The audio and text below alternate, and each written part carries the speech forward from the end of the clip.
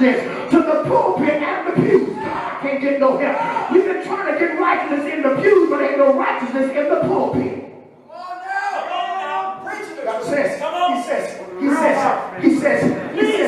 He says, it's amazing to me.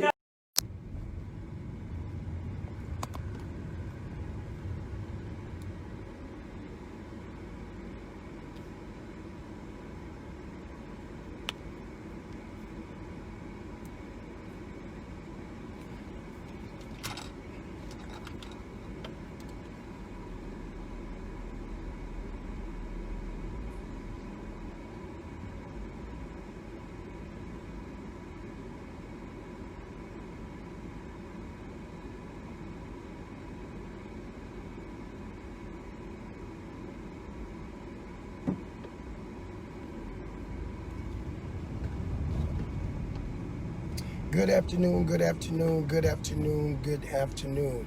Hey, listen, first of all, let me say to you, I apologize, but yesterday I had to move some things, and Pastor Ronnie and I were in the process. The U-Haul place was not going to be, wouldn't open up until 11 o'clock. And I had to get the truck, and just, it was just a lot went on. It was a lot went on, and then when Pastor Ryan went online to say that we was gonna go just do it this afternoon, so many people sitting by to say, "Oh, we'll be in church. We're gonna be in church. Please do it tomorrow. Please do it tomorrow." I don't want to look at it, So, hey, I do apologize. Y'all know I do have a job. I work, and so, however, listen, like and share. Here we go. Like and share. Here we go. Right?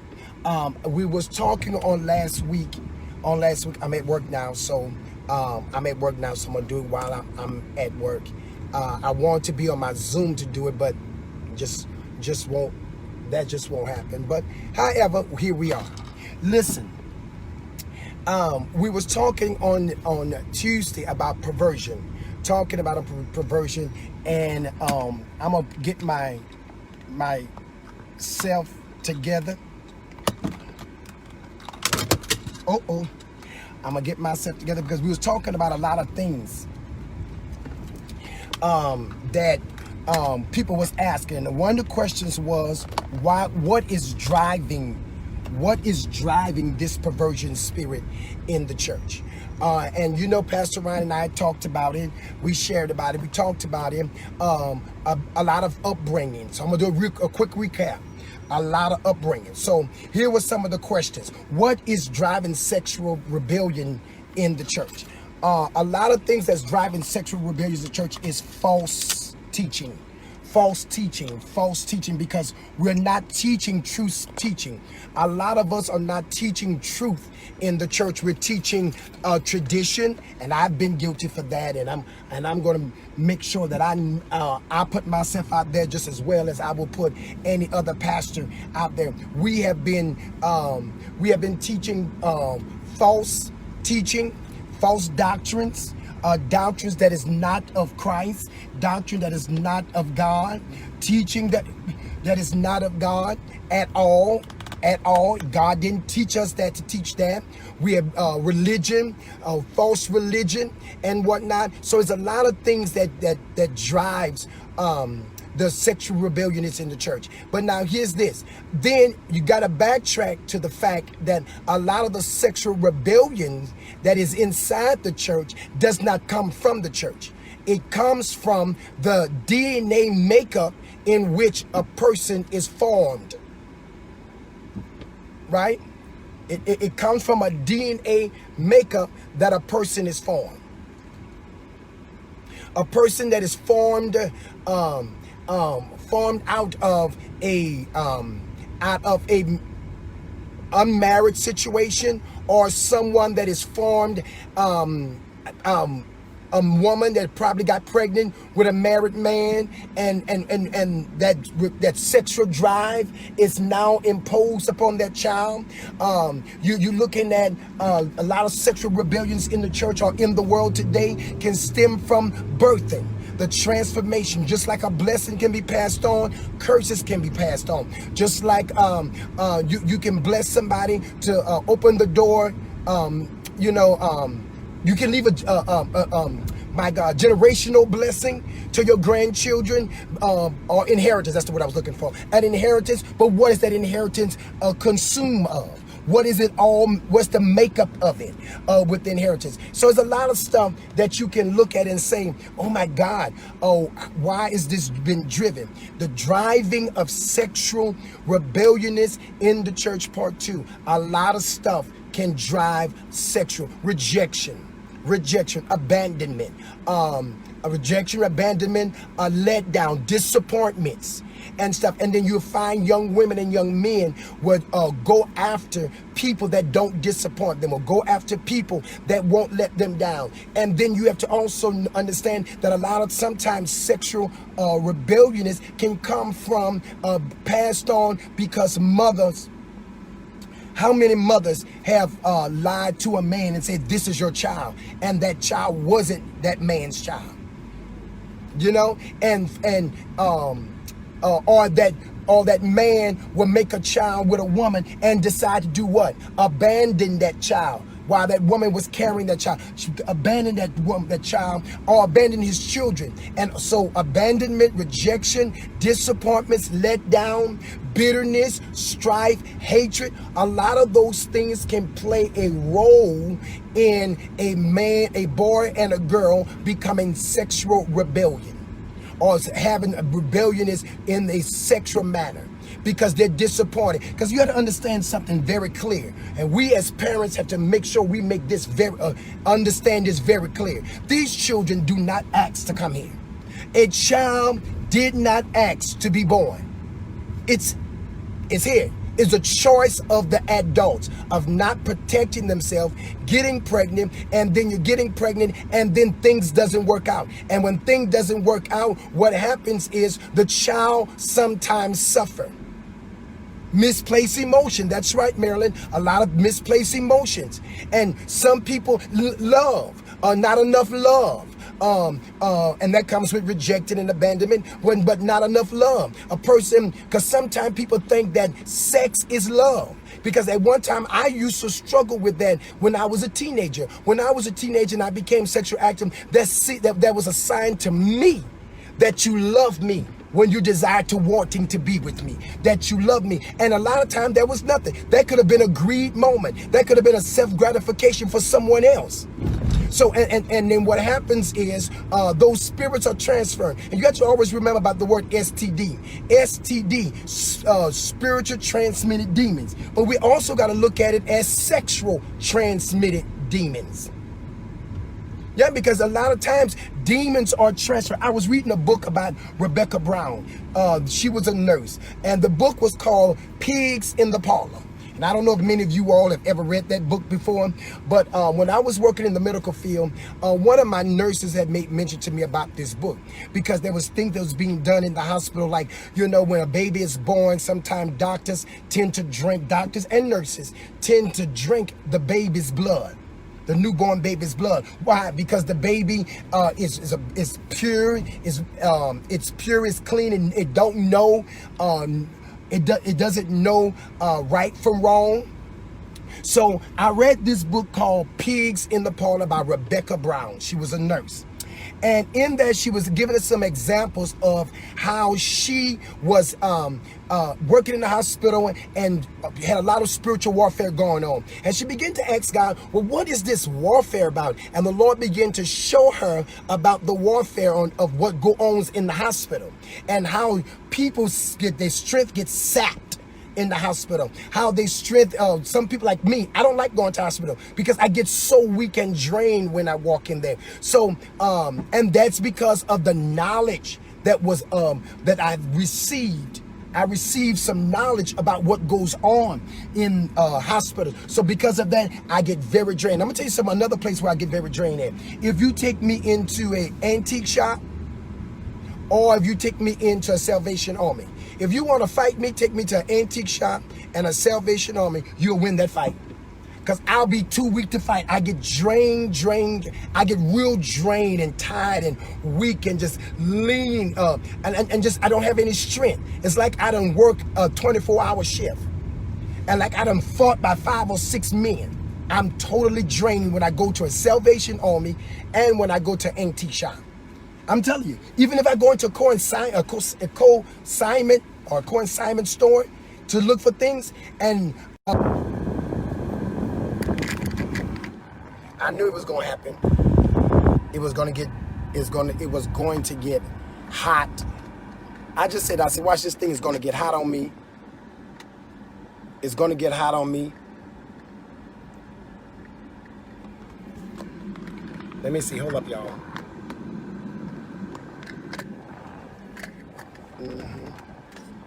I knew it was going to happen.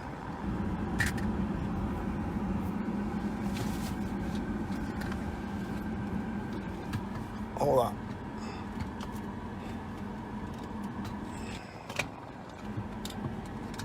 I knew it was going to happen. Well, anyway, I might have to hold it.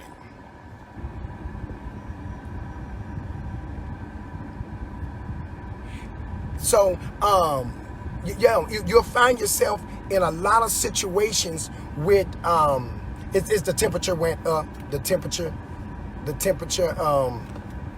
sun is beaming on the car, and the way my tag is, the sun is beaming on the car, the way my, so, yeah, the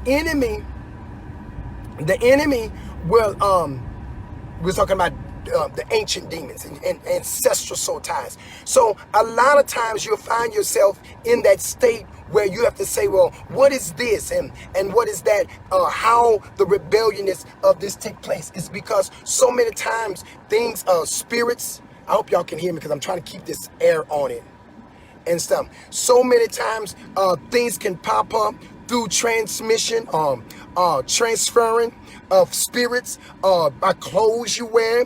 Like some people will cut the dreadlocks off their hair and sell them, and then other people take those dreadlocks and put those dreadlocks on their head and stuff. Now that's something I wouldn't do. I wouldn't do it. And I thought about doing it at times, but my hair grows fast enough to not to have to do that. But you have to do a purification in that. So when you find the sexual perversion that goes on a lot, and the sexual rebellion that have to come to do with a lot of abandonment, misplaced emotions, malfunction in families, why people, how you was conceived, because sometimes you'll find people conceiving children because they was using sex to control the person or the parties they was dealing with. And in the process, and watch this, y'all, I want to make sure we be very clear with this, with the parties that they was dealing with. So sometimes, like let's use example. Sometimes a woman can be dealing with different several partners, and you're using your sex for certain things, and then all of a sudden a child is developed out of it, and you don't know who this child belongs to, but the child have been conceived out of the control of sex. And then what happens is when these people come to church or join church, then guess what? You have to remember, they're not saved, or they wasn't saved until they came to church. And if they might be saved but not delivered, they might be dealing themselves with stuff, right? They might be dealing with stuff themselves. Let me see if this is gonna hold it. They might be dealing with stuff themselves, right? And if they're dealing with stuff themselves, then guess what? You're just gonna have to be patient with them. You're just gonna have to pray with them, and you have to guard yourself. But if you don't learn as Christians, and as Christians, we don't learn how to be kingdom, how to operate in the kingdom. And remember what St. John 18:36 says, this kingdom is not of my world. This world is not of my kingdom, or my kingdom is not of this world, rather. My kingdom, Jesus said that, my kingdom is not of this world. We cannot be a Christian, because what is a Christian? Christ-like.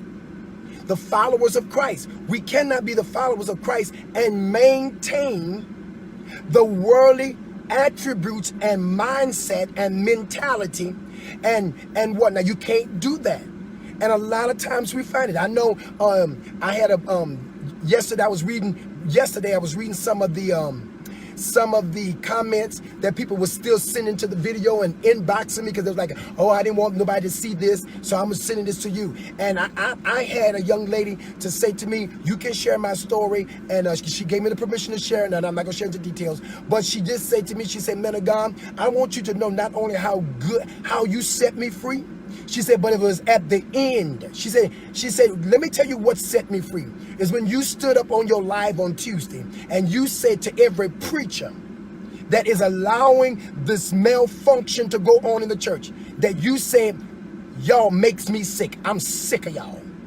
She said it was at that moment that I got free, because I said, wow, there is somebody sick of this. I'm not the only one. The sheep are not the only one. There are preachers that are sick of the discombobulation in the pulpit. There are preachers that are sick and tired of the demeanor and all the discrediting of the title and the garments and the disgrace of the garments in the church. And she said, the moment you say that, man of God, she said, if all I heard was like things popping and breaking. And she said, I heard the Spirit of the Lord saying, I told you, you are not the only one. There are people that's in ranking high places that are frustrated, that are tired, that are sick of all this foolishness. They're not with it. They're not with it. They're sick of it. They're done. And I am one of those persons. I am so done with the foolery that is in the body of Christ. I'm so done with all the demonistic and the diabolic persuasion that we have in the body of Christ, all in the name of being a leader. Now, listen, there's a lot of stuff I'm sick of, guys. It's a lot of stuff that I'm sick of. But one of them is that, right? One of them is what you allow, what people allow to happen, go on in the church.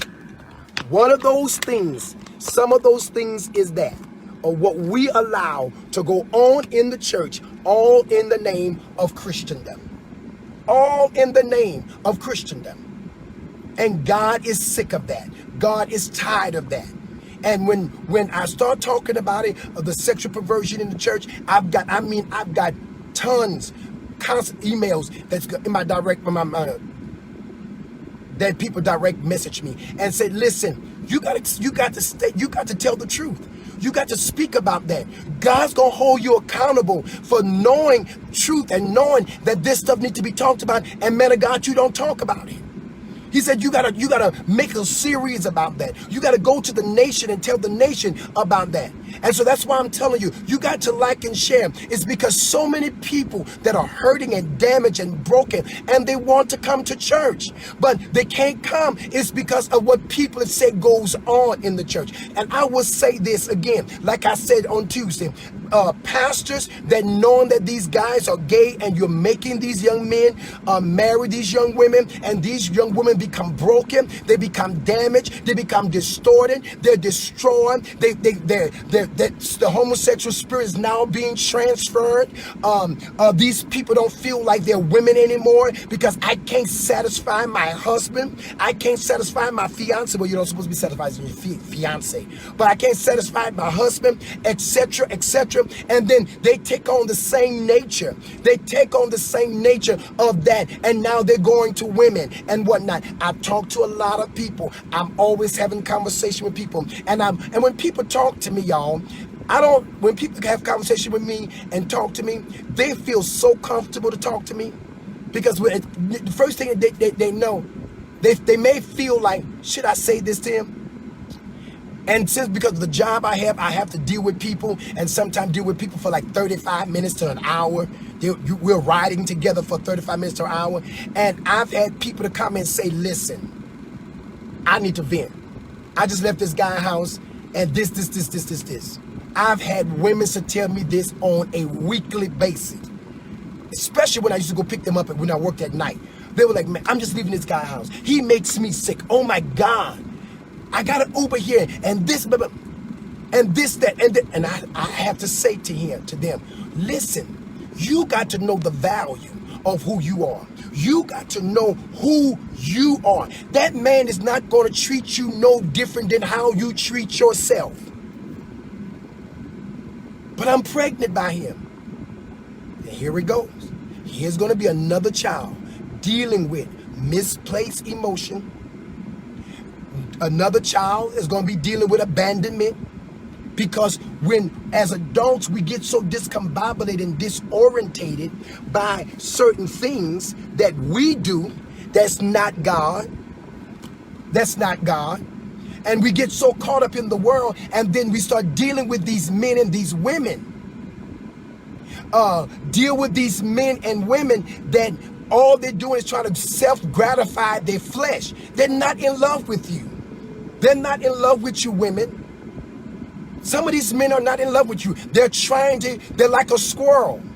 They're just trying to give self-gratification. Brothers, some of these women are not into you. They're just into you for right now. Somebody broke their heart. Somebody made them mad. You're the second choice. And see, all of these things plays a part. And then when you come to church and you get in church and whatnot, all these spirits are with you. And every pastor got to know how to identify sexual spirits. Every pastor got to know. Every pastor got to know how to identify sexual spirits. Every pastor needs to know. If you don't, you will put people up in position that are struggling with sexual demons. And I'm going to say something to y'all, and especially these millennials. These millennials today that talked about, and this generation that talks about the old church, it is amazing how we can talk about the old church, but we just like them.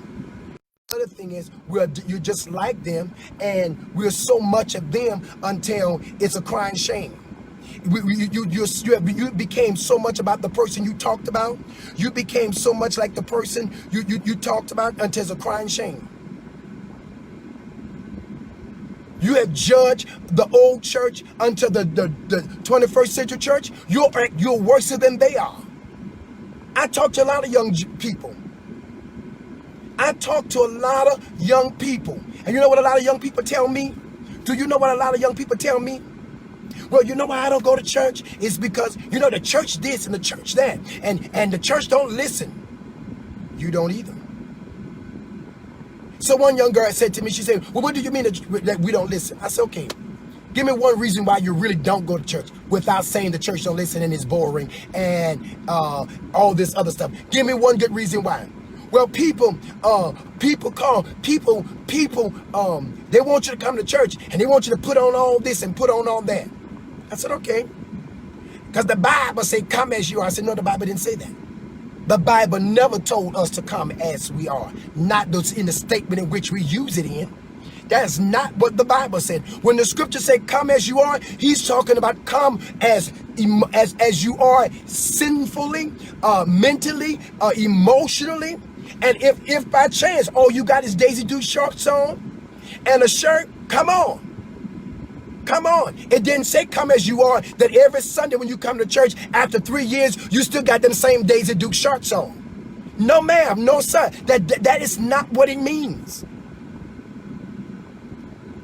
That is not what it means. So we got to be very careful. That is not what that scripture means when it says come as you are. He's talking about the state of being, not your clothes. Because guess what? Strippers have more respect for the strip club than people have for the church.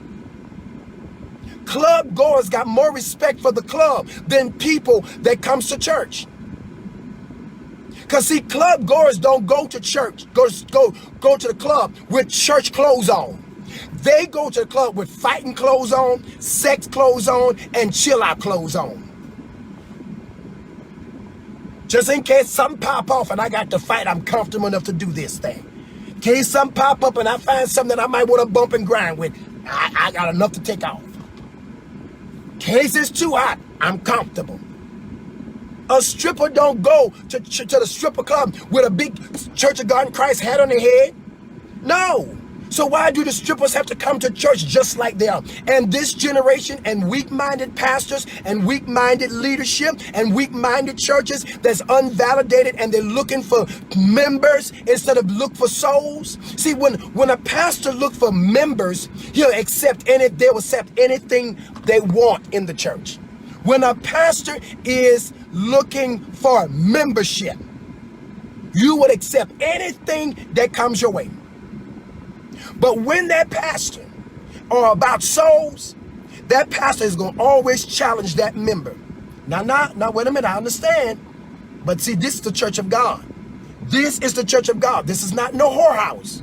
And then we wondering why all the sexual perversion is in the church. Because leaders don't correct nothing. Let's look about when God told Eli to correct the things about his sons. And you know, some preachers, I was listening to them. These preachers was going in about it. Well, Eli did correct his son. No, Eli didn't correct his son. Eli corrected his son. No, Eli. They was going at it. I came to this conclusion talking to both of them. I said, okay, let's say Eli did correct his sons. How did he correct his son? Did he correct his son and pull them to the side and came talk to them in the room when they got home and said, sons, this is what I hear. This is what's going on. This is what's taking place. So you can't do that. You can't do this. Or did Eli stand his sons up before the congregation and do what the scripture said? Mark that man that brings division among you. Come on. Did Eli stand up and put his children before the congregation, openly rebuked them and took them out of position because he had that right to do that? Or did he correct them behind doors and no one saw the correction? See, correction ain't just correcting the source, but the correction also is correcting the activities. See, the problem is we want the source to be corrected, but don't nobody want to correct the activities or the participants that participated with the sources of all this diabolic, demonistic stuff. Oh, I know you weren't going to agree with me. I knew I was going to lose some of y'all. Well, I'll help you gain your conscience again. Let's talk about it. They brought the woman that was caught in the very act of adultery. The very act of adultery. Dale, I need you. Dale, I need you. The very act of adultery. Dale, I invited you to come on in. The Bible saying that they caught the woman in the very act of adultery. Jesus was sitting down, writing on the ground. Jesus said, he who had not sinned, cast the first stone. That's what Jesus said. He who had not sinned, cast the first stone. Bible said all the stones fell. Okay, got you. All the stones fell. Right? Wait a minute. And he turned around and told the woman, go your way and sin no more. First he said, where is thy accusers? She looked around and said, there's none. He said, go your way and sin no more. Why did Jesus say, go your way and sin no more? Because he said the next time, you know what he was saying? Because I'm here now, I saved you. But the next time, I may not be here to rescue you. Why did Jesus say, he who have not sinned, cast the first stone? He said, because watch this, you're bringing this woman to me. How did you know she was doing that? If you had not been doing it with her, or not being perverted and watching through the window, peeping and tomming. Come on. See, people are so quickly to point out the flaws, and the discredit and the malfunction of other people. But people don't never look at where they're wrong. especially this generation today. This is the most entitled. I'm the Generation X. We had some entitlement in us, but we had parents that says, I don't care if there's a man in here or not. I don't care if I'm a single mama or a single daddy. I don't care where your mama at and your daddy at. I'm your grandparent. I'm your auntie. I'm your uncle. I'm raising you. You gonna do what I say do. I'm gonna break your neck. And I'm gonna give you the phone, and I'm gonna press 911, and I'm gonna hand the phone to you, and I'm gonna beat you until and hope one of these licks I give you make you hit talk. Because I'm gonna put my foot so far up your behind that the sweat off my foot gonna quench your thirst. And I'm gonna whip you till these cops get here. And when they get here, I'm gonna take you and beat them with them. I'm going to jail for real. We don't have those kind of parents. So in my generation, this is how we came up. See, I came up, grandmama told me not to come off the porch. I don't care who got off the porch. I was staying on that porch. Come on. I don't care. No. All my cousins, and in my age bracket is 40 of us. It's 40 of them in my age bracket. I didn't care what they was doing. No, ma'am. No, sir. I'm going to stick to what my mama and my dad them told me. No. I wasn't a bad kid. When people told me to do something, I did it. When my aunts left and say, watch this baby, I watch my cousins. That's why all my cousins call me uncle right now. Because they really thought it wasn't for years I was the uncle. I watched all my cousins. My cousins have more respect for me than they do their own parents. My cousin can be on Facebook doing stupid stuff. I'll give them if they take that down. Don't say that. Yes, sir. You right, Rev. You right, uncle.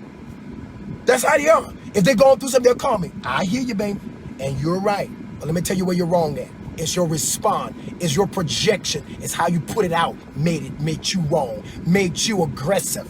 So two aggressive people doesn't make it right. Somebody got to be in peace. So sexual perversion in the church, sexual malfunction and demons in the church, it comes not from the church. A lot of this stuff ain't birthed from the church. So I'm going to stop y'all young generation for telling that lie. The church messes up. No, your mom and daddies did that. Stop telling that a lie. Stop lying on the church. Why everybody got to lie on the church when there's a malfunction? Why you got to lie on the church when there's a malfunction? The church done jacked up the whole world. No, the church didn't jacked up the whole world. This world was jacked up before the church ever came in existence. Before there was ever a church in the book of Acts, the church was already stupid and malfunctioned. Genesis 19:1 teaches us that. Duh, come on, generation, and read your Bible. Genesis 19:1 teaches us that. Genesis 19:1 says the angels came in and Lot was there, saw the angels, brought the angels home. The men of the city came pressed upon Lot house and said, send us out these men. We saw that man that went into your house.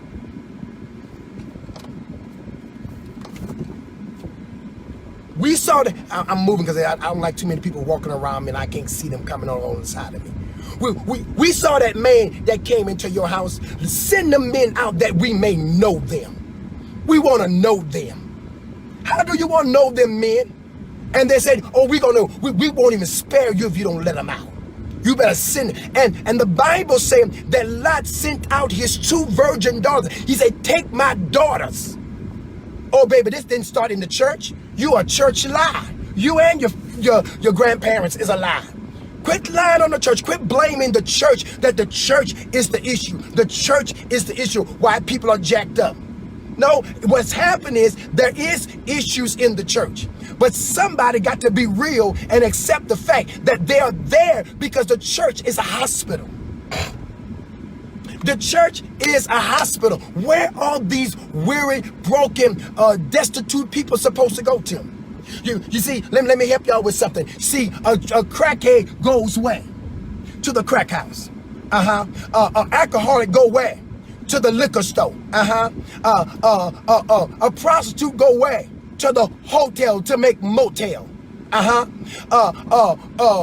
when a child of God needs strength, where do they go? They go to where prayers can be heard and mercy can be found. Come on. Are you hearing me? Are you hearing me? Are y'all hearing me? I bind up Facebook right now for kicking people off of this thing. Come against that foul and diabolic spirit. Are y'all hearing me?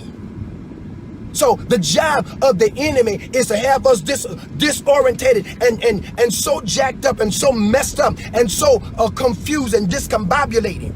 No, so the sexual perversion is the job of Satan. That is Satan's assignment. Now watch this. See, sex is the only thing that opens the emotion of one being. Sex is the only things, ladies and gentlemen, that another human being is the only way another human being can open up your emotion. Sex is made by God. Oh, you hear me? Now let me say this for all y'all that say, you know what, you ain't got to be married to have sex, and God never intended marriage for us to have sex, and God never intended that, because see, there's cultures of times and stuff, and this, that, and the third, all of this, right? And you, some of you silly-minded individuals, you just go right along with this diabolic and demonistic persuasion that's going on in earth. Well, you know, I read a book, and the book saying that you don't have to be married to have sex. Right? And I said, okay. I said, but what the Bible says to flee fornication. What is fornication? Having sex without being married. Sex was made, that's right, Mother Cortina, for procreation between a man and a woman. But it's also, sex was also a desire that God, an entity that God put in a man and a woman. So when that man meet his soulmate, that woman can open up her spirit to receive the blessing of covenant. Sex was made to bring you into covenant with each other. I just lost the word, what it's called. Consummation. It brings you into covenant. So what the enemy does is, the enemy say, hey, I know what can open up a man's emotion. I know what can open up a woman's emotion. I'm going to use that tool, that entity, that blessing that God gave them. God gave them a blessing called sex. And I'm going to use that, and I'm going to pervert it, and I'm going to turn it around, and I'm going to use it to control each other. I'm going to use it to control people's destiny and people's purpose and people's plans.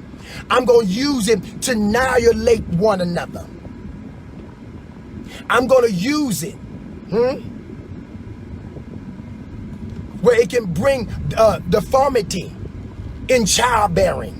I'm going to use it so it can bring deformity in sons and daughters. So I'm going to use it so that man will get that girl pregnant and then abandon that seed. And then it's the boy's seed, and now it's all trapped up around the woman. And so now it's taking all the women identity, all the structure of the woman, everything about a woman. That young boy is taking against all he had because daddy abandoned him. Why? Because Satan used the ability of the power of sex to control and to manipulate. So say the Bible teaches us that he come as a thief. John 10:10 says Satan comes as a thief to steal, to kill, and to destroy. But Jesus said very clearly, he said, but I come that you might have life and have it more abundantly. That's why all STDs, 90% of an STD is transferred by sexual encounters. Go watch this. If crossing your white blood cells, which is semen, if crossing your white blood cell and cross breathing blood types, like AB negative, AB positive, O positive, B negative, A negative, you cross breeding that stuff, all of that plays a part in the deformity. Because why would God create Adam and then put Adam to sleep and pulled Eve out of Adam, if Eve was not in comparison with Adam. And get it, I understand no one taught us this. The church don't like talking about sex. Because you know why? Half of the pastors struggling with it themselves. They don't want to talk about it. But you know what my father used to say many years ago, the late Bishop Lawrence Enad, the Mount Carmel Holiness Churches of America. You know what, down in New Orleans, Louisiana, you know what Dad used to say to me all the time? He said, son, I don't care what you struggle with. You better preach the gospel. And you better tell the people the truth, nothing but the truth, so help me God. If you're going to go to hell by yourself. Don't take everybody with you. If you're going to do it by yourself. So, so sexual desires and sex is a good thing. And it's something God created for a man and a woman. It's a good thing. It's a wonderful thing. But the enemy has used it and taken that thing and contaminated it. Let me say this: sexual perversion. I gotta shift. Sexual perversion. The demonic role of sexual perversion that's in the church, that is so demonic and so demonistic, is when a woman can't please her husband anymore. Because the fantasy that man or that woman have now been entangling in. Watch this. The scripture says the farmer woke up and he looked up. That's the parable of the story of Jesus. The farmer looked up and he saw the wheat, but then he saw the tare. And the farmer said, a thief came among us in the night and sowed. Who did this? A thief came among us in the night and sowed this. Now Jesus' reply was, let the wheat and the tare grow together, and in my coming, I'm going to do the dividing. So when I saw that scripture, Dale Turner, when I saw that scripture, Gretchen, when I saw that scripture, Pastor Tanya, Pastor Dale, Elder Gretchen, when I saw that scripture, I said, God, so this perversions that's in the church, it's going to be a no way of getting it out. God said, right. God said, right. There will be no way of getting sexual perversion out of the church, because sex is a part of everybody that's in church. Until people learn how to control their misplaced emotions, they will always have a discombobulation, and that spirit is always going to be functioning and be misplaced. Okay, y'all want to know how that's going to be misplaced? All right, Pastor Tanya Thompson, Pastor Dale Turner, my sister, Blessing, Sister Sherry, Pastor Sherry, you ready to hear it from your brother? Man, this might get me rebuked, but it's okay. You know I'm going to tell it anyway. I used to be praise and worship leader at my church, at my father's church. And my dad, we used to sing songs such as, have you tried Jesus? He's all right. You know, the call to worship songs. We did all those songs like that. And Dad, we did praise and worship, but we had to pray before we do praise and worship. We had to fast before we do praise and worship. We could not be praise and worship leaders, and we did not come to Bible class. We did not come to shut-ins. Do you know at Mount Carmel Holiness Churches of America in New Orleans, Louisiana, do you know that musicians could not play keyboards if they did not come into shut-ins? If they did not fast and pray and seek God? If there wasn't tithing and offerings? Okay, now let's talk. How many praise and worship leaders we have in church? In the 21st century church? Sister Sherry. Come on, Pastor Dale Turner. Come on, Pastor Tanya Thompson. How many praise and worship leaders we have hired to come in to do praise and worship at our church? Because that's the norm now. The norm now is that you need a wonderful praise and worship leader to sing a worship song, a praise song, and then to sing a worship song. That's the norm now.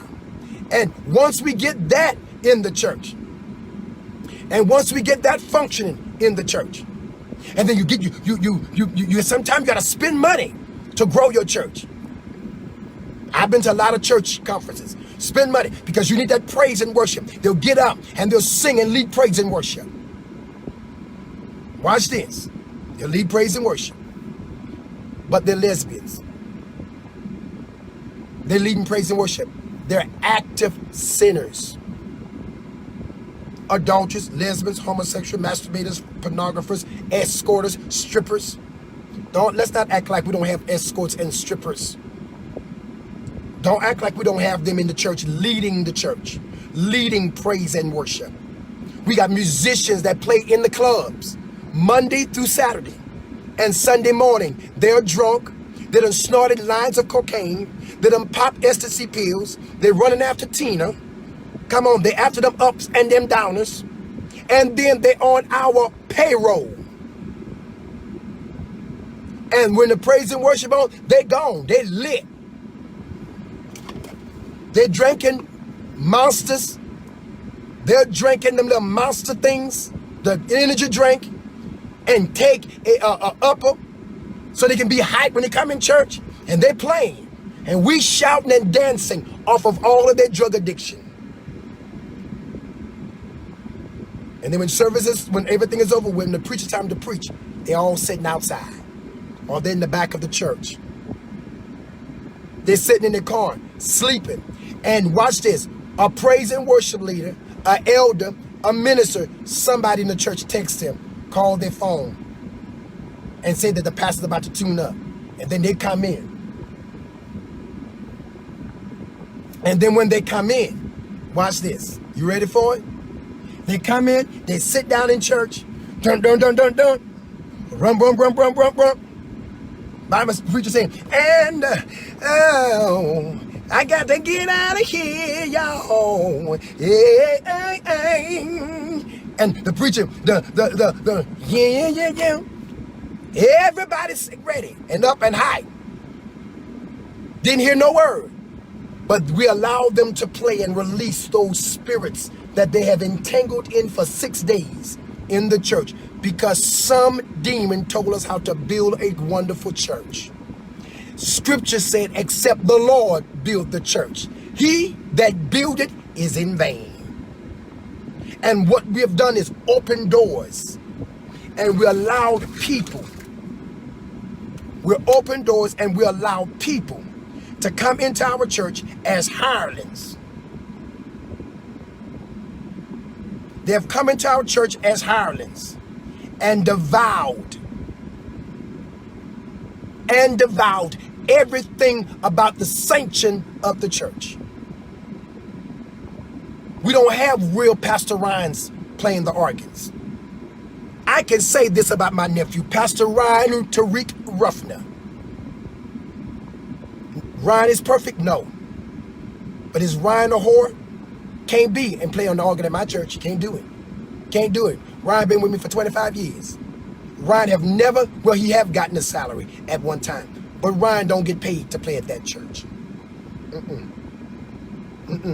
No. And it's time that Ryan would say, Uncle, I said, go ahead, son. Go ahead, because you have a wife and you have children. Go ahead. There was time that when Ryan had to go and take gigs to play and certain things, because Ryan have a job. I said, go ahead, do that. We're fine. We're not in the building right now. Go ahead, do it. I gave Ryan permission to go and become hired by another musician, about another church, because that man got a wife, that man got children, that man got bills. Yes, go ahead, son, do it. But when we got something to do, you know what? You're home first. Ryan don't sleep around with a whole bunch with women's and stuff, nor men in the church, because I don't play that. And I have a problem when praise and worship leaders are doing that. Because how are you going to be a praise and worship leader leading praise and worship, even if you're the background singer? If the praise and worship leader, Pastor Murray is the praise and worship leader at the church. If Pastor Murray is out there doing, and the background is everybody's having sex, doing what they're doing, drinking, popping pills, smoking, getting drunk, and then come in at rehearsal, and then come in church and do stuff, no. And I had somebody to ask me that one day. They say, oh, why are you so hard on your praise team? I said, because all of them ain't saved all the way. Because they're doing stuff they ain't got no business doing. And I don't like it. And it's nothing Pastor Murray, and it's nothing nobody else gonna say to me. No. Why she's up? Why are they up? I don't care what nobody else doing in their church. We're not doing it here. That's not going on here. Because I'd rather sing a congregational song, and nothing is wrong with singing congregational song. Let me help you with something. Let me help you with something. You know why the Jehovah's Witness Church is one of the strongest operating churches? Because they don't have nobody up in there talking and doing all that. You got a brother in the church over that congregation. And guess what? They got 2 TVs in there. One on one side, one on this side. And guess what? All this what they sing is playing on that TV. They don't have a musician. They don't have none of that. All that stuff is playing through the PA system, and the congregation is standing up reading the lyrics on the TV and singing along with the contract. They get in the word, they study the word, they seek the word, and they believe what the word says, and they move on. Why? Come on. Why is it that the Jehovah's Witness Church can witness 60 hours a month, and we can't even get the sanctified Church of the Living God to witness 60 minutes a day on a job that you sit next to somebody, you can't even witness to them? Perversion. We so looped up and caught up into this crap. In 1976, the French philosopher Michael Foucault made a meticulous research case that sexuality is a social constructed used as a form of control. In the 40 years since, society has been busy constructing sexuality alongside the traditional orientation of sex, which is heterosexual. It's created and started the form of homosexual and bisexual. A myriad of other option now in concluding this lexicon is several other things, such as pansexual. Pansexual is a gender blinding sexual attraction to all people. So now I ain't gonna be able to give up this to you. So I'm gonna do it. I might have to come back, but this is what it is. Pansexual is a gender blind sexual attraction to all people. That's a man or a woman that does have they love sex, and they don't care if it's a man or a woman. That's what pansexual is. They have attraction to both. They don't consider themselves to be gay, bi, down low. No, I am pansexual. I have sex with men. I have sex with women. And remember what I said earlier, how sometimes a man or a woman cannot please their mate, or their mate not satisfies because they indulge it into the wheat and the tear system. The tear system. The farmer said, somebody sold this in the middle of the night. A thief did this. In 1976, this French philosopher Michael Foucault made a meticulous research concerning sexuality is a form of control. So our society have created it's all right to be pansexual. Now you have omnisexual, similar to pansexual, but actively attracted to all genders rather than the gender blind. You got pansexual, omnisexual, you got genosexual. Genosexual is someone who's sexually attracted to women that doesn't specify the subject on gender, as both as lesbians or heterosexual do. So a genosexual will be considered a man that is very sexually attracted to a woman or to an object that looks like a woman and can't tell that it's a man. Or likewise, a woman that's attracted to a man, or a girl that have changed herself into a male. That's what that means. Then you have the demisexual. A sexual attraction to someone based on a strong emotional connection. DEMI, demisexual, is a sexual attracted to someone based on a strong emotion connection. They don't have to be your husband. They don't have to be your wife. You just emotionally attracted to them. Now you have sapiosexual.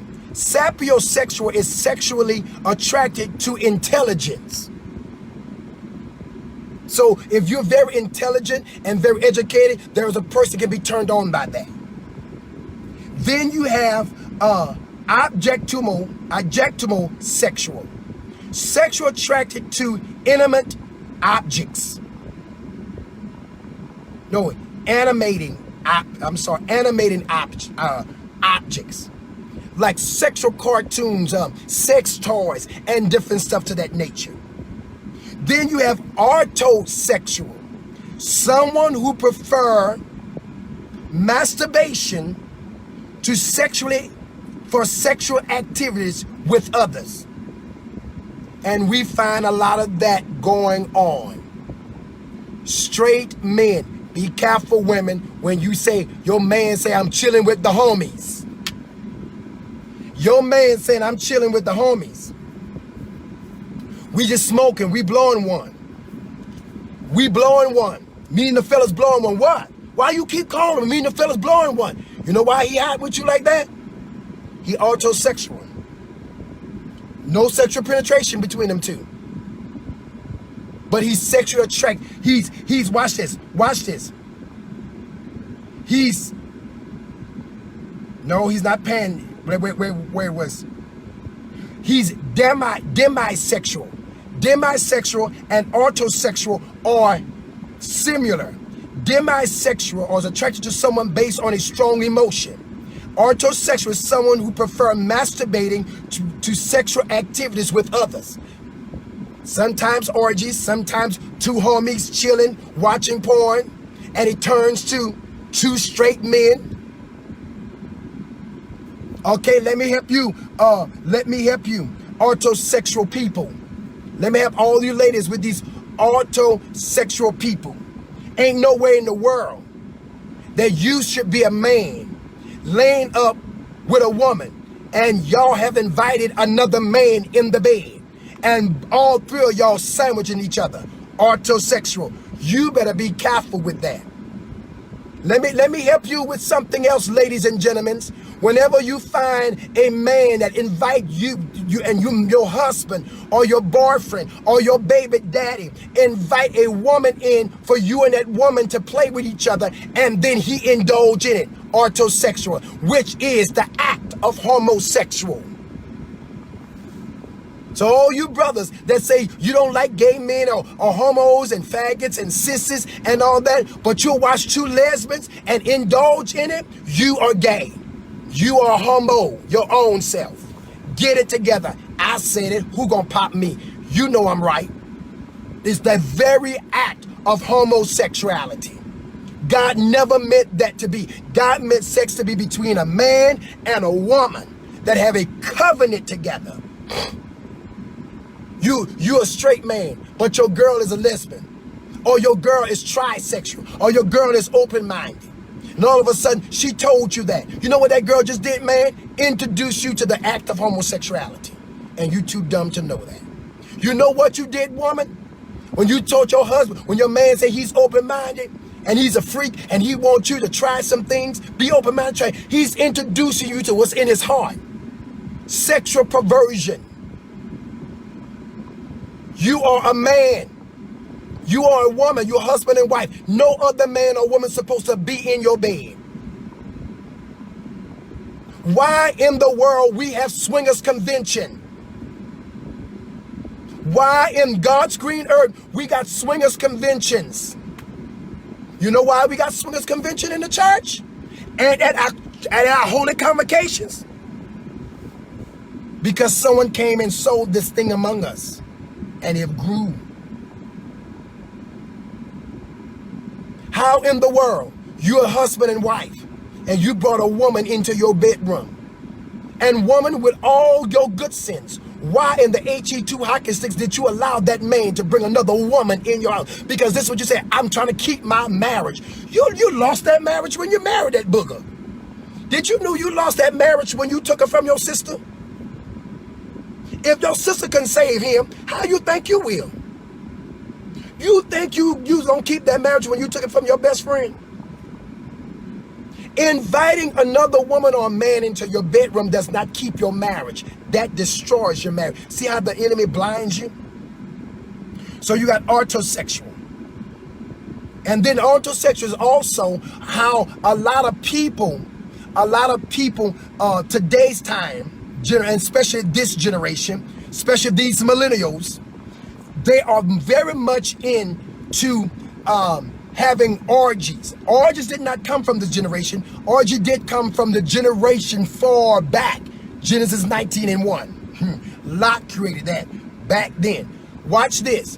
But this generation is very open to it. Very open to it. My generation was open to it as well, but we was afraid that our families and our mothers and fathers would have found out about that and broke our necks. But today, a lot of our children today have been birthed out of orgies, having young girls getting train rained on them. But see, that's one thing. But an orgy or an autosexual, a lot of times that's when people like trap house sex. When those drug dealers, everybody's in the house together, and a few girls come over, or they call girls over, and these girls come over with their dingy, stupid, ignorant selves, come over and sit down there and start talking, and then all this, well, me and my boys trying to see what's up with y'all. Me and my boys trying to see what we can do. Can we get that? Can we hit it? Yeah, you can. You know I love you. So what's gonna be between me and you? It's gonna be cool between me and you. You know what's ain't funny if the homies can't have none? All of this that these young men tell these young women. And then what you find yourself is that there's some brothers will sit on the side and masturbate and not participate because they don't want to be the father in case something happens, or they don't want an STD. But there's some nutcrackers don't care anything about the STD or being a father. They just want a release. So autosexual would be a man or a woman, but manly men that will be in a group where his homies may be running a train on this girl and they're standing there masturbating. Or when the two buddies says, the man, him and his homies say, we just blowing some weed. Well, we smoking weed. We smoking weed. We just blowing. Why you keep calling me? Because now you got to answer the phone because you done called so many times because they watching porn, masturbating. That is what autosexual. So guess what? If you're going to get married in this day and time, you better know Jesus for yourself. And you better make sure that the one you marry is God. You better make sure. Because if don't, you're going to be jacked up as all outdoors. Right? Okay, we did the autosexual. Then you have androsexual. You know, like the androgynous. Androgynous is a guy that he's not transsexual. He's just a guy that wear makeup, lashes, wigs, dress like a man, you know, or wear skinny clothes, wear big bags and purses and stuff like that. We see a lot of that in the church and whatnot. So androgynous sexual is a sexual attraction to both men and women with the androgynous appearance. So you have androgynous men that would dress straight like a woman. And they won't have breasts, they will still have their beard, full beard, and they will have makeup on. That's an androgynous. Or you'll find a woman that would wear exactly like a man, but she's still a woman, but she'll dress like a man and whatnot. So that's what an androgynous sexual person is. And then you have an androsexual. Sexual attraction towards men.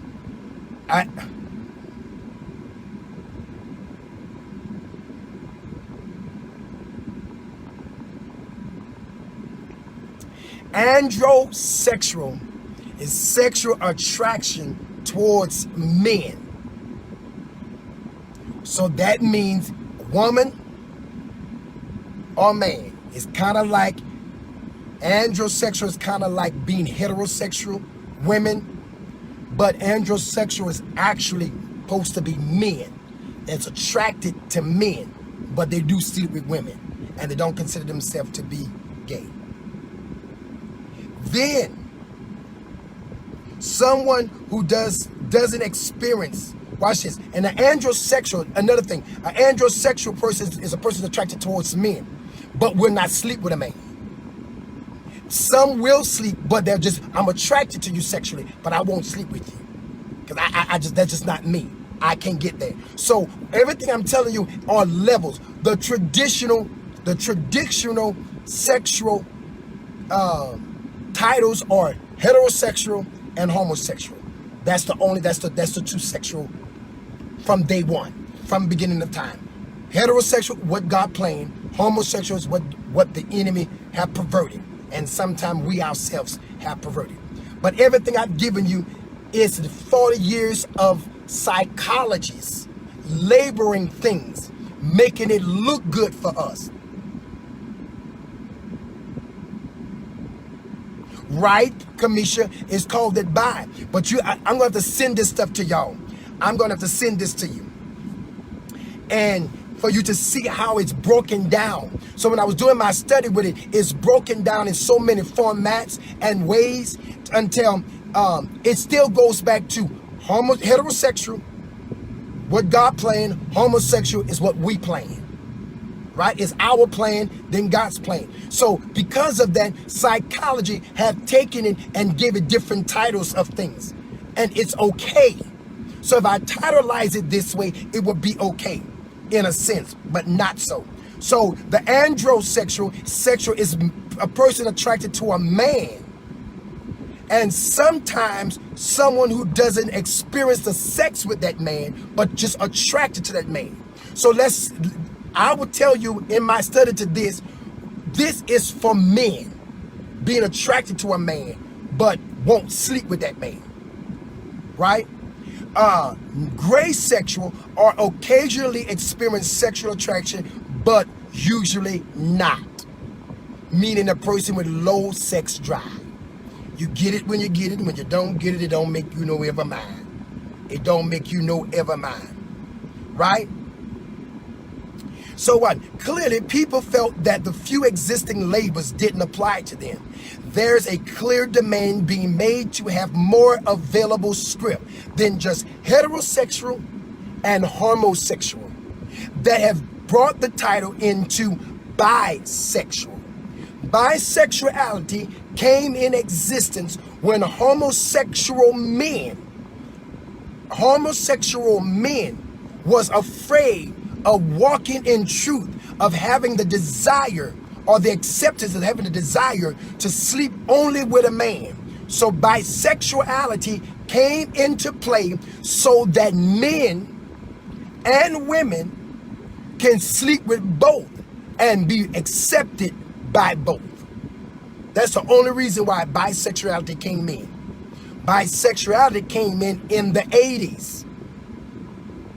The mid and late 80s is when bisexuality came into play. And it came into play because homosexuals said, I don't want my family to know, so I'm gonna act like I like girls. I like girls too, but I like boys.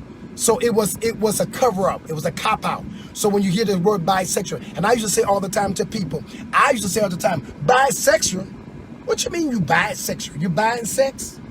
Because either you're gay or you're not. Which one is this? And then when they had the DL, I said, what you DL? You desperately lying? Deceiving life? So that's why bisexuality came into existence. Dr. Robin Dimbroff, philosopher professor at Yale University, who researches femininity theory and construction. Labels might seem reductive, but they are useful. Creating a label allows people to find those with similar sexual interests to themselves, to them. It is also a way of acknowledging that such interests exist. In order to be recognized, to even exist, you need a name. You see how they fool us? See how they fool us? Did you see how they fool us? They're giving us all of these titles of stuff. And they say in order to exist, you need a name. Because identity is not identity until there's a name put to it. A disease is not a disease until a name is put to it. A season ain't a season until a name is put to it. The enemy have disorientated us and discombobulated us and just give us malfunction. And today it's okay. It's comfortable. It's good. Dr. Jean Proust, philosopher, professor at the City University of New York. That's a very powerful function of language. The performative function. It makes something exist. It creates a reality when you give a thing a name. Giving a thing a name help it to be accepted when you change the nature or the definition of what it once was to what now it can be. Like the B word. The B word. Every other time if somebody called you a B, you'd be like, what? That's your mama. Who you calling a B? Your mama. That was fighting words. Not today. Today calling you a B, calling you my homie. Well, let me have all y'all looking at me. Don't call me that. Because you're going to get popped in your mouth. I don't care who you are. You going to get told off if you call me a B. No, go on with that. Go on with that. The newly creative identity. This is the new creative identity this is the newly created identity by creating the definition, by changing the creative definition. I don't know how they got this like this, because all I did was copy and paste it. The newly created identity is when one changes the definition of a thing and change it to what it needs to mean for today. Okay, I got it. Reduce the focus from a gender to an emotional being. For either the subject or the object of desire in establishing sexual attraction to each other. Change the onlook on the gender and just become emotionally attracted to that person. Remember we were talking about the one that had that's attracted to intellect or intelligence. So you got demisexual, for example, is entirely unrelated to gender. Demisexually is unrelated to a gender, while other terms emphasize the gender of the object of attraction, but not the gender of the subject. Saying that you are gay or straight doesn't mean anything anymore. I will repeat this again. Let me say her name. Where did I saw that lady name at? Dr. Jean Proust, philosopher, professor at City University of New York. Saying that you are gay or straight doesn't mean anything anymore. Because attraction is attraction. You can be attracted to a man and still be attracted to a woman and still be considered heterosexual. You can be attracted to men as the primary attraction, but can crossbreed to women to please your partner that is not totally on the same gender. Saying that you're gay or straight doesn't mean anything anymore because it's demisexual.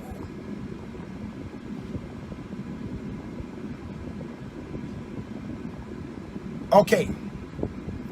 The proliferation of sexual identity means that rather than emphasizing gender as the primary factor of who someone's find attractive, people are able now to identify other features that attract them, and in parts or in full, decoupling gender from sexual attraction.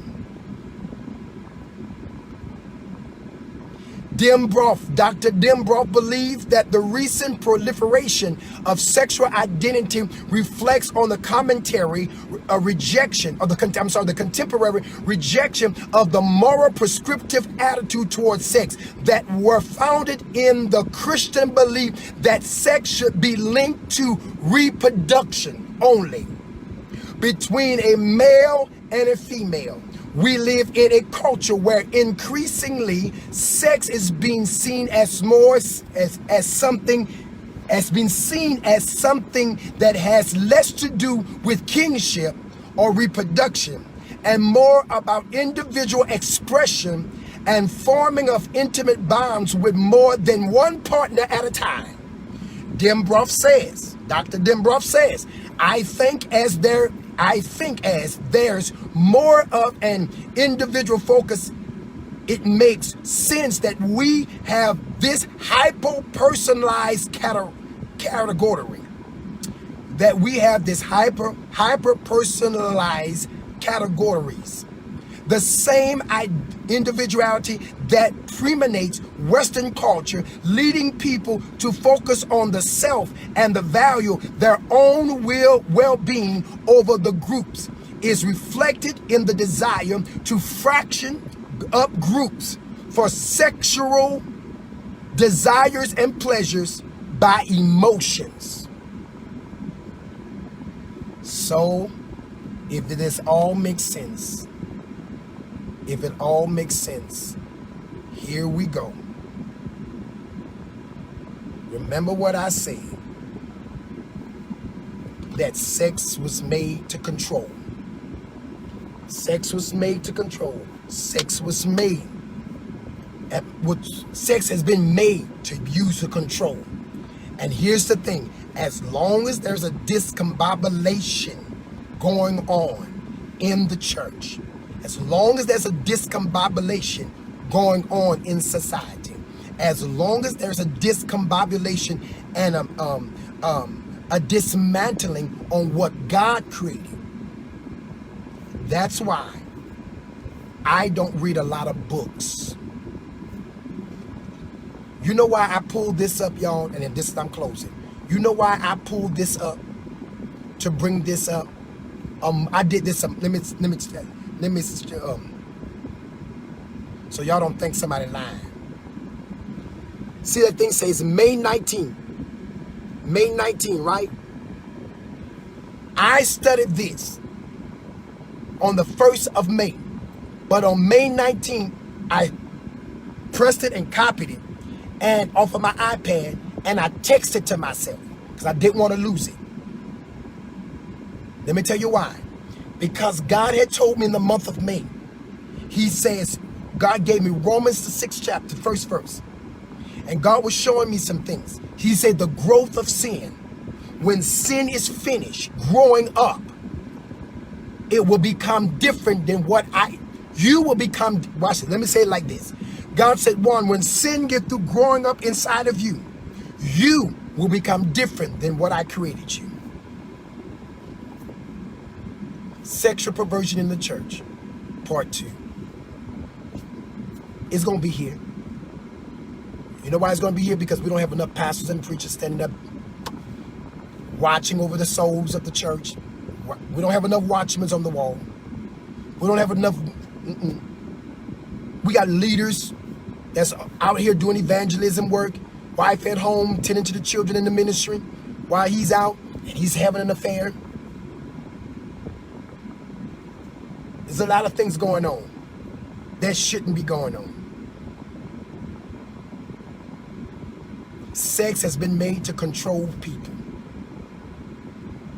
And a lot of leaders have controlled a lot of people in the church by having sex with them. Not one young man not one woman that ever was a member of my church can say I had sex with them. Never. Not a young woman, nor a young man. There are pastors that are having sex with young girls in the church. There's pastors that are having sex with women outside of their church. There's pastors that's been having sex, having orgies with other people. There's pastors that's been having sex with sister-in-laws.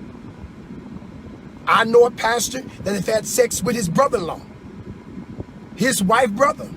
How are you married to this woman and you're having sex with her gay brother? How? So the wheat and the tare has to grow together.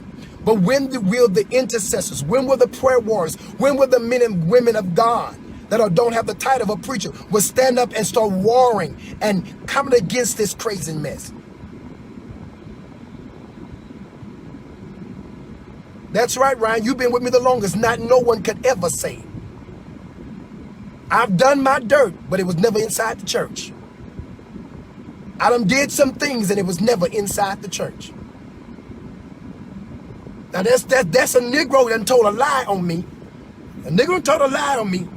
Yeah, he told that lie. But he don't want me to tell the lie he told me. And that's why I keep my mouth shut up a lot of times. And you can go on with that lie.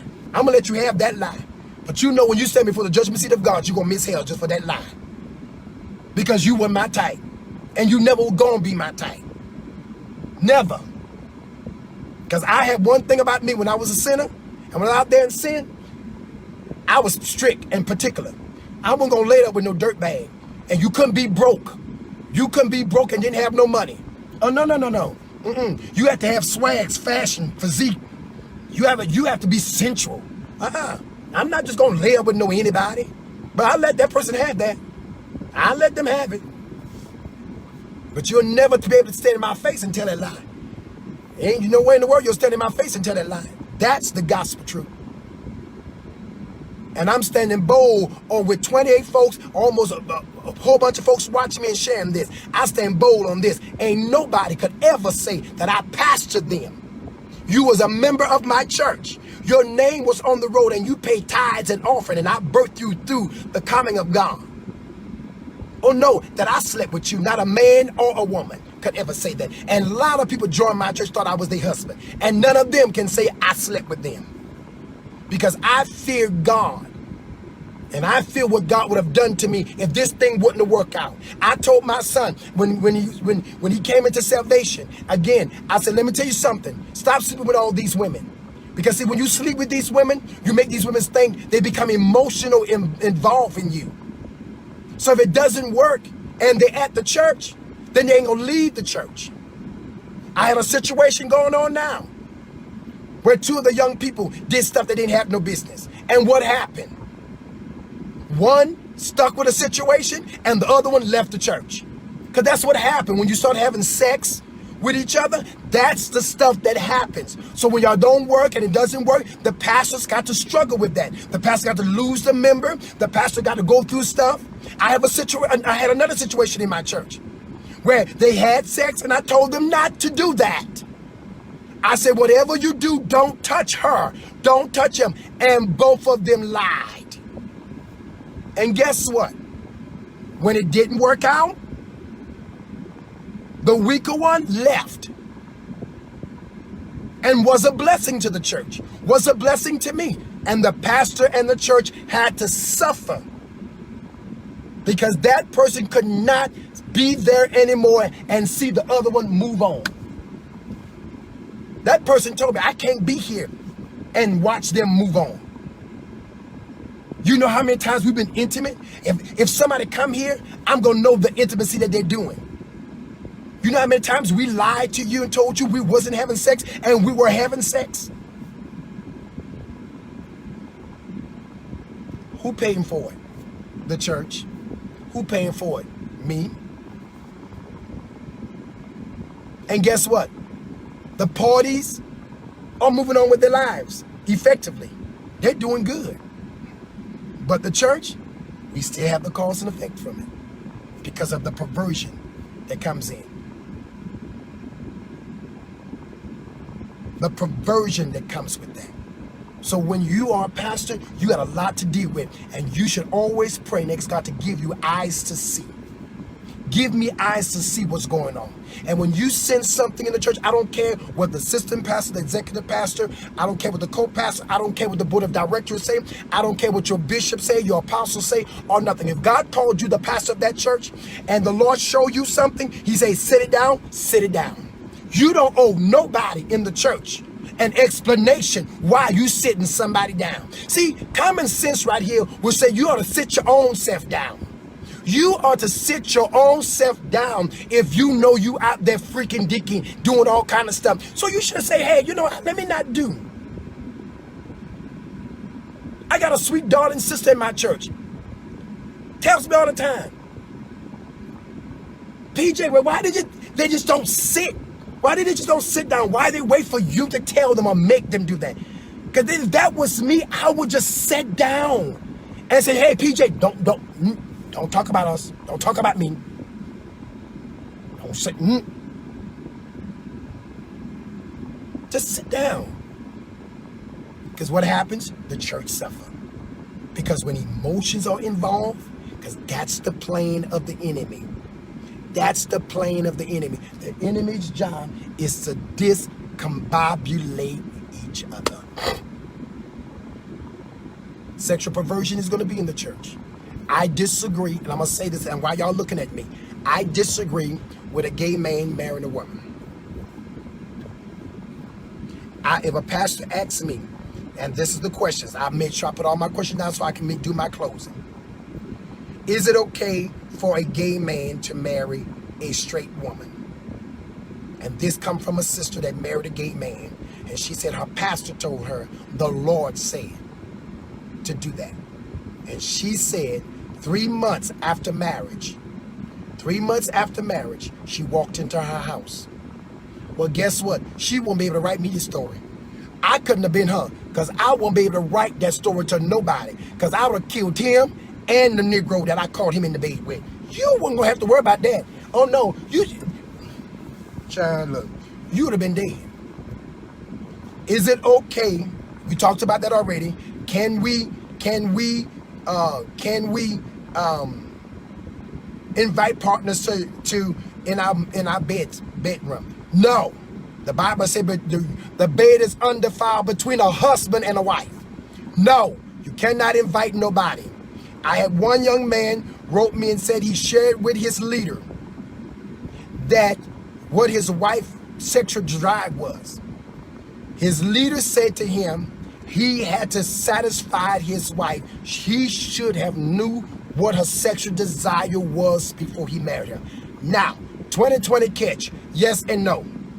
That's why I believe that every man and woman should date. I believe the church needs to stop telling people that they can't date. All this, you can't date, you can't date that man, you can't date that woman. Yes, I believe that every man and every woman should have a right to date. You need to go home and see how that man gonna look when he get old. Look at his granddaddy, look at his daddy, look at his uncles, look at his brothers. You need to see how that man gonna look when he get old. You need to see how that woman gonna look when she get old. You need to date. You need to go and see how he respond to his mama when his mama called him. When his mama say, son, and you see if that boy respond, what? She always working on my nerve. I can't sit down in peace. She always calling me like she can't do nothing for herself. Oh, that boy gonna beat the hell out of you. That boy gonna beat you. Hear me loud and clear. That's right, Pastor Ryan. Date, but don't have sex. Date. I believe that everybody should go date. You ought to date. Interview, because dating is interviewing. Watch how that boy treat his mama. If that boy hollering at his mama, watch how that girl treat her daddy and her brothers. If the brother saying, sister, can you get me this? And she's smacking and trapping at it. If that daddy say, baby girl, come here, and she doing something she ain't got no business, guess what? That's how she gonna treat you. Because if she do it to her daddy, she gonna do it to you. Because guess what? Most women will be attracted to what their daddies are. Most women will be attracted to daddy, and I'm totally against that. I am totally against you trying to marry a man that reminds you of your father. Because sometimes something is wrong with that. Sometimes something is wrong. Why do you want a man to remind you of your father? Now, your father might have had some good characteristics. I don't know. I'm telling you me. No, I don't want no woman to go remind me of my mama. No, I don't care how good my mama can cook. No. My wife don't have to cook. If I ever decide to get married, my wife don't ever have to cook, because I'm a beast in the kitchen. My wife don't have to cook. My wife, me and her, she'll have to cook. I don't have to cook. Baby, what you want today? We go to the store and we just go eat out. We gonna sit down and let somebody else cook it and can bring the food to us. But if she say, babe, I want you to cook for me, oh, I can cook. My wife don't ever have to cook. My wife don't even have to clean up if she don't want to. Because I'm going to keep a clean house. Because everything will stay intact. Then when she leaves something down there too long, I'm going to pick it up and do what my mom used to throw it in the trash can. Baby, did you see my red bottom shoes? Yeah, I saw one. When? When I put it in the trash can? When? Last week? You mean it? Yeah, you should never left it right there at the door. You don't have a maid now. That's just me. You just gonna move on. That's just me. We gonna move on. We gonna move on. So I need you to be very careful. Another thing was asked. What other thing was asked? You can't bring nobody in your relationship. Another thing that was asked was, should you, as a marriage couple, should you bring toys and certain things into you? No, the Bible says, cast down every imagination and every high thing that exalts itself against the knowledge of Christ.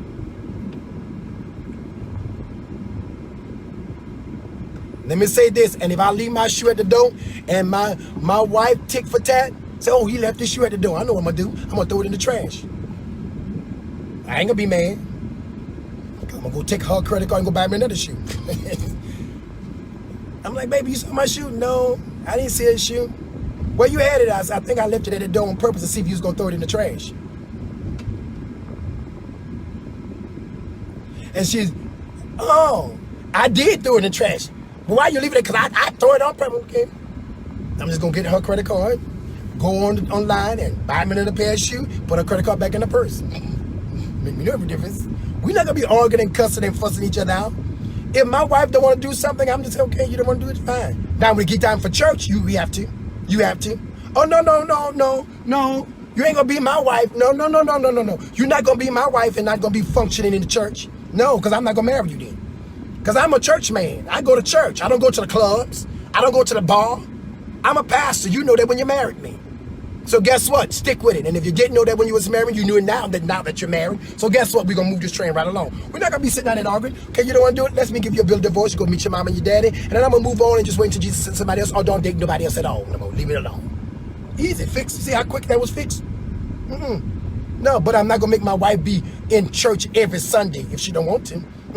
I will go and married. I will go to my wife and say, hey, what are you into today? What you plan on doing today? What are you planning on doing today? And it might be a Sunday. She's like, well, I was going to take the kids. Well, okay, baby, you got to go to church first. We got to go to church as a family. We got to do that. And then after church leave, you can take the kids and do whatever you need to do. Or even if my wife leave, I don't want to know where she at all the time. No. I don't want my wife to know. I don't want my wife to call me every 5 minutes. Babe, I'm at the Greenbrier Mall. Babe, I'm at Lenox Mall. Baby, I don't need to know that. No. I don't need to know that. Because every woman and every man need a personal time to reconstruct their identity. They need to reconstruct that. So go back to my statement and I close on this. No, you cannot. No, you cannot bring toys and porn and all that into your relationship, in your marriage. You cannot do that. You cannot do that. That is so ungodly. That is ungodly. No, Brother Pearl, it's not church first, fun afterwards. No, it's not church first.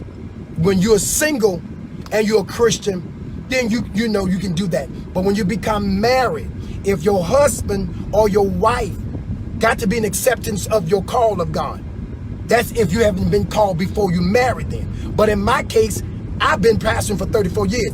Anybody come in my life, you gon' accept it, or you not gonna be in one's life. That's not up for debate. That's not up for conversation. Well, I can be your wife, but I'm not gonna do this church thing. No, that ain't up for conversation. Well, that should have even crossed your mind. Oh no, sir. No, ma'am. No. That's all right. Move on. But I don't want my wife to tell me all of that. My wife would not be going to another church, and I'm at another church. No, we're not doing that. No, we're not doing that. That's not going to happen. No, that's not going to happen. We'll serve God together. That's what we're doing together. That's what we're doing together. Now, the question has been asked too, because I did have a question that's been asked. What happened? No, that's from my other story, because I forgot that baby gave me a title. That this precious sister of mine, she gave me a title, and she gave me 5 questions to the title that she want me to talk about. I'm gonna leave that for that title. But watch this. No, you shouldn't do that. Saved men and women of God don't act like the world. We gotta stop being in competition with the world, because of that, we're bringing all this perversion stuff into play. All right, let me go. I love y'all. I came back. Listen. Share the video, share the video, share the video, share the video. And if you have a topic and you want me to talk about it, or you want to come on my Zoom and let's talk about it on a 12 noon, get with me. Get with me, because I love to talk about reality. I should have been a TV talk show host. I should have.